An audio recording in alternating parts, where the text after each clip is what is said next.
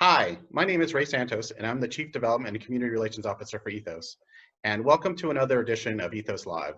This is our weekly series where we're bringing great content out to you seniors in our community, exercise content from our Healthy Aging program. You're hearing directly from our CEO and updating you on what's going on with the COVID-19 crisis here in the Boston area. And we're bringing you some really great information about staying healthy, active, as much as you can during these really difficult times. Today, we have a great presentation. We have Alie Hill, who's our registered dietitian, and Alie goes out into the community every day to help work with older adults, make sure that they're managing their diets well, make sure that they're, have really good nutrition. And she's gonna tell you a little bit more about how you can stay healthy and, eat well during this, really difficult period. So I'm gonna turn it over to my colleague, Alie. Say hello. Hi, everyone. I hope everyone's staying happy and healthy during this time. I know it can be challenging, but we're here to make meal planning and nutrition hopefully a little bit easier and bring you some information that maybe you didn't know, especially during this crisis. So I'm going to jump right into my presentation so that we can get started. Great. Thanks, Alie. Alrighty.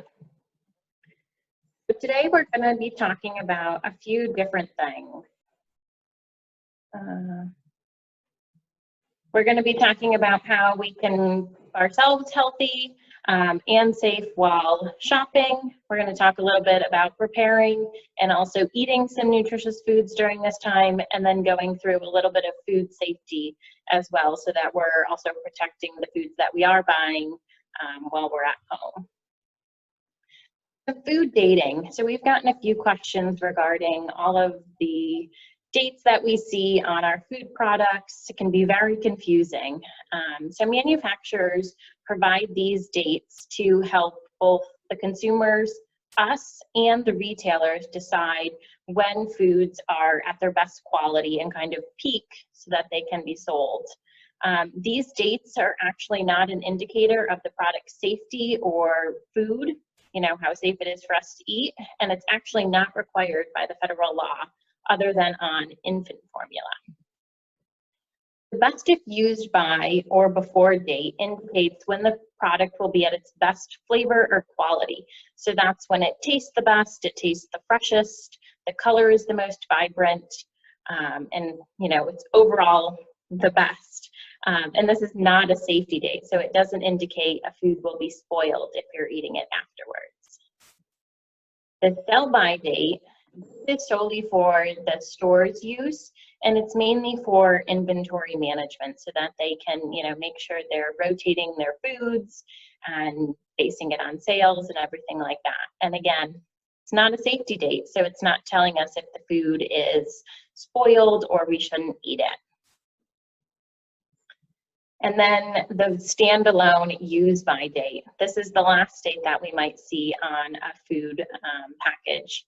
And again, it's showing us the food's peak quality. So again, that flavor and smell and color, that it's going to be at the peak before this use by date. And then afterwards, we might notice a little color change, but it again doesn't show if there's food spoilage or it's not safe to eat. And again, some of these changes, even if you're looking at something that has a use by date that hasn't expired, it could look a little different depending on the holding temperature, the characteristic of the food. Some foods just naturally stay longer, and the type of food packaging that it's in. So with all of these food dating examples and kind of explanations in mind, can we eat this food after the date? So as I had mentioned, all of these dates don't actually give us the food spoilage date. None of the manufacturers, the stores actually put a food expiration date. So we have to, as the consumer, make sure we're watching the foods that are in our fridge or on our pantry shelves to make sure that we're not eating spoiled food. And spoiled food usually gives off pretty distinct odors, flavors, textures sometimes when they have gone past their edible date. So making sure before you put milk on your cereal or your yogurt, cheese, any of your canned goods. You know, make sure that you do smell it, or at least give it a quick look over to make sure there's no mold or discoloration or anything like that that would indicate food spoilage.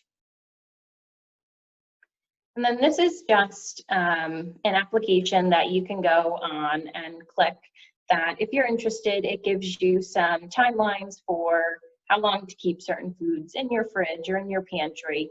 And we'll get into this a little bit more throughout the presentation as well. But this is just something that you can look at as well. Shopping. So one of the biggest things that we're looking to do during this crisis is make sure that we're all staying safe. And getting to the grocery store, while it is vital for us to make sure that we're living our healthiest and best life right now, it can still be something that we have to make sure we're protecting ourselves while doing. So making a menu, and it doesn't have to be a really detailed or anything in depth, but giving yourself a little bit of an outline weekly or even bi-weekly to prevent you from going to the grocery store as often as maybe you were before the crisis is going to be helpful. And then also making a shopping list that accompanies that kind of meal outline, because we don't want to buy things that are already in our pantry, and then it also makes our trip to the store a lot quicker. We know what we've got to get, we can get it, and we can get out of the store.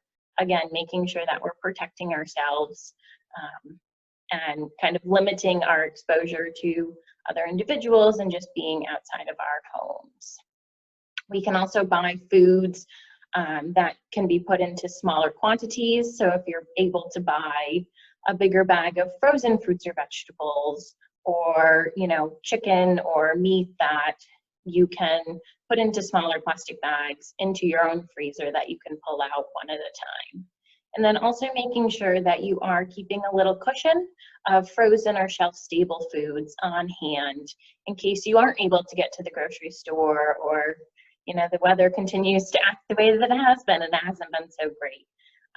And we'll talk more about the nutrition value of these shelf-stable foods, because they tend to get a bad rap, but they're really healthy for us, and they're definitely an essential in this time.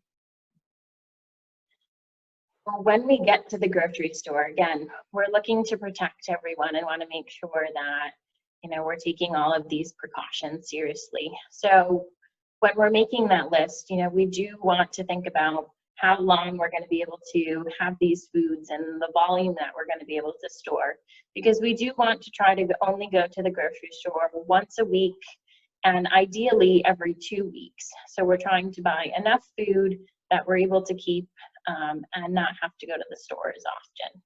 And then when we do go to the store, we want to make sure that we are wearing some form of face covering or a face mask while we're in the store. When you're getting to the store, making sure you're wiping down, whether it's the basket that you're using or the grocery cart. Bringing your own wipes is a great idea.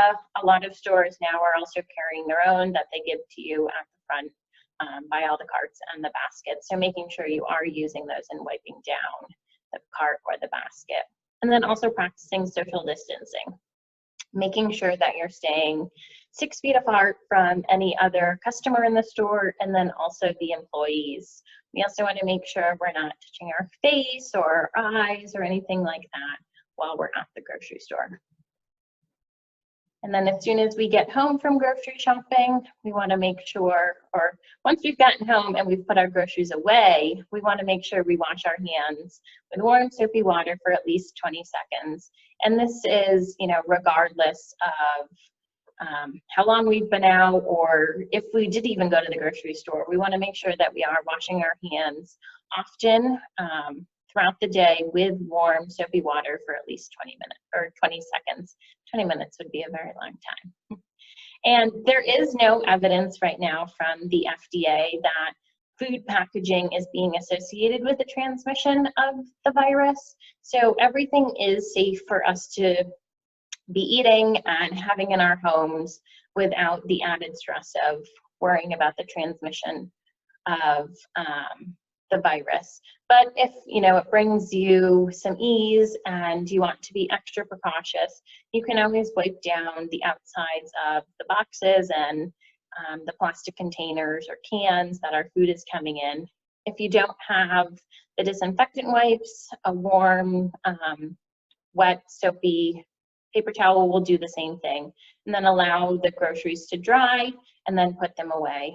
We don't have to leave the groceries out for weeks or even days, again, because the transmission of the virus is not happening on the packages of our groceries. We want to make sure that we are putting them in their proper storage places as soon as we get home. And so this is where food safety comes in. Again, making sure those groceries, especially our perishable ones, are going right into the refrigerator or into the freezer within 2 hours, and ideally almost immediately as soon as we get home from the grocery store. We also want to double check that our refrigerator is 40 degrees or below, and that our freezer is 0 degrees or below. These are the proper temperatures for the fridge and the freezer, making sure that all of the foods that we are buying are going to be staying at the proper temperature and not spoiling earlier than we anticipate them.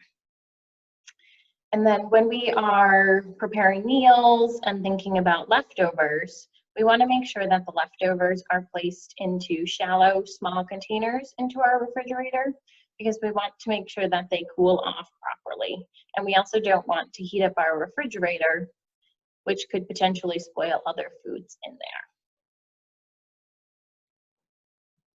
We never want to thaw or marinate any of our foods on the counter. So any of our raw chicken, fish, meats. The safest way to do that is to put them in a small container or plastic bag and put it in your refrigerator to allow them to marinate and absorb all those flavors. We also want to make sure when freezing that we are not, when we are thawing frozen poultry or meat or seafood, that it's not on the counter. So we're, again, putting it in the refrigerator, preferably on top of a paper towel, so that we're not, if it's leaking or anything like that, it's not spreading to the rest of your refrigerator. And then freezing does not actually destroy harmful germs. It just stops them for the moment. And then once that item is thawed again, the bacteria growth continues. So the only real way to destroy any harmful bacteria that could make us sick, like a foodborne illness, would be to cook it and cook it to proper temperatures. So making sure that we're also using a food thermometer if available, or making sure we're cooking something fully through. So cutting into the piece of chicken or the meat before taking it out of the oven. And so now we're going to talk a little bit more nutrition related. So during this time, I know it can be really stressful, and some people tend to lose their appetite or have less of an appetite. But it's going to be really important that we continue and make sure that we are getting all of the nutrition that we need to protect our bodies and also support our immune system so that we're less likely to get sick. So many of you have probably seen this MyPlate example. It breaks up the variety of different foods, our fruits, our vegetables, our protein, and our carbohydrates that we want to be getting every day, and kind of gives us a different ideas of meal combinations and portion sizes as well. The MyPlate is broken down into quarter sections. So half the plate we want with fruits and vegetables. And so fruits and vegetables, it can be a wide variety. We want different colors. And then the question of, well, I can't get fresh fruits and vegetables right now, or I only have access to canned. Is that okay? Absolutely. Any form of fruit and vegetable is going to have all of the nutrition that we need. So our fresh produce, that's great. You know, buying that from the markets right now, when available, absolutely. And getting a wide variety and different colors is also going to just add more appeal to our meals. Frozen, when it's available, I know every time I'm going to the grocery store, the frozen section is pretty wiped out. So if you can get some frozen fruits and vegetables, that's great as well. And then our canned fruits and vegetables. those have just as much nutrition as our fresh or our frozen fruits and vegetables. The one thing we want to be careful of is the sodium content in the vegetables and the sugar content or the sugary syrup that fruits might be packed in. But if that's our only options, those are okay as well, because we can drain the fruits and vegetables, rinse it with some cold water, and then you can cook the vegetables more in fresh water, on the stove. And then you can dry the fruits after you've rinsed the syrup off them. And they're great. You've gotten rid of about half of this amount of sodium and about half the amount of sugar that the fruits were packed in. And they're just as nutritious. They're going to give us all of the vitamins and minerals that we need. So canned goods right now are actually probably very essential because they also last a lot longer than our fresh produce. So then on another quarter of our plate, we want to make sure that we have our proteins. So that could be a wide range of different foods, from beans and legumes, to eggs, to nut butters like peanut butter and almond butter, canned meats, canned tuna, canned chicken, salmon, any of those, and then our traditional, chicken breasts, meat, or seafood. All of these protein sources are going to make sure that we maintain our muscle mass and allow our bodies to feel satisfied after having a meal. And then the other quarter of the plate is going to be our starches and whole grains.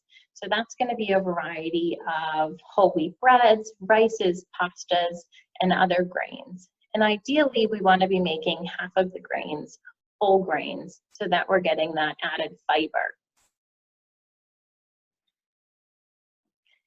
And specifically during this time, we want to be preventing malnutrition. And we want to make sure that people are eating at regular times. We're having small meals and snacks throughout the day, especially if you find large meals are filling you up really quickly. In your meals, aiming to have at least 3 foods. So that could be really basic, like the next line shows us, a peanut butter sandwich with fruit, a glass of milk, all of those